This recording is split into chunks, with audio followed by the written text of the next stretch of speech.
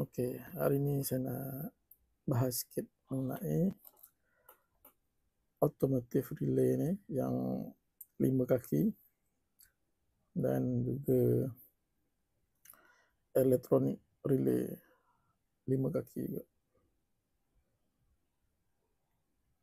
Okey, untuk makluman, kedua relay ni merupakan untuk urutan DC 12 volt DC.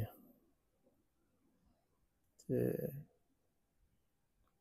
biasa orang duk confuse dekat kaki dia ni lah, apa macam mana dia punya diagram, ada beza atau tak. Jadi kat sini saya nak explain sikit lah dia punya kedudukan kaki dia. Okey, kat sini automotive relay. Okay.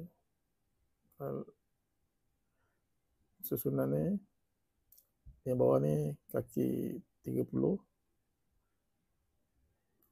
Biasa kita akan set common lah, api dari bateri direct. 87 dengan 87A ni untuk output. 87 adalah output selepas trigger. 87A ni dia normally close, mana kalau bagi supply kat 30, output dekat 87A akan sentiasa ada lah. Okay. Kat sini 86 dengan 85. 86 dengan 85 ni merupakan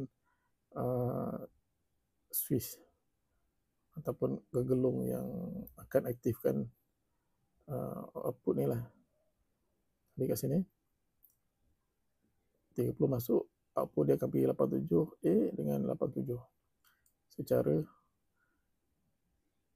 berganti, secara bergilir apabila ada signal masuk daripada 86, 85. Okay. Biasa 86 ni kita bagi signal positif, 85 negatif. Okay. Ini dia punya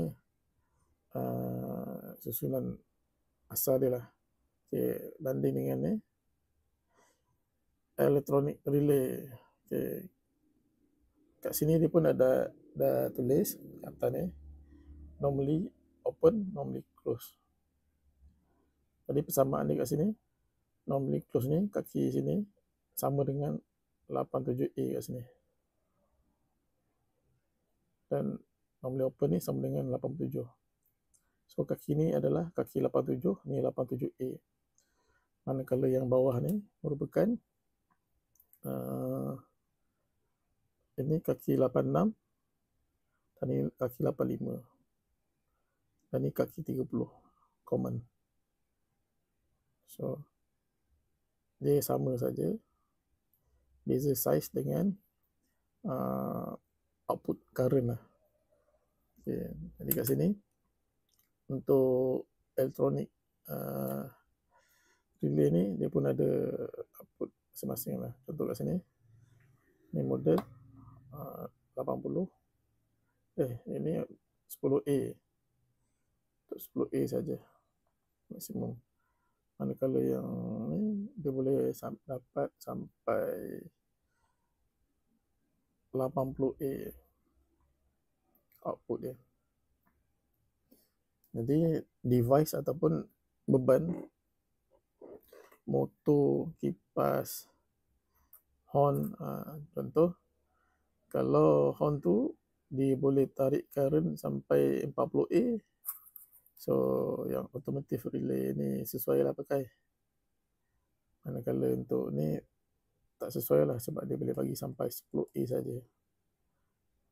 Okay. Sama juga penggunaan motor. Kalau motor tu dia maksimum boleh tarik sampai 80A, so yang ni tak sesuai pakai lah, dia akan jadi panas atau boleh terbakar lah. So yang sesuai pakai yang ni juga, relay ni.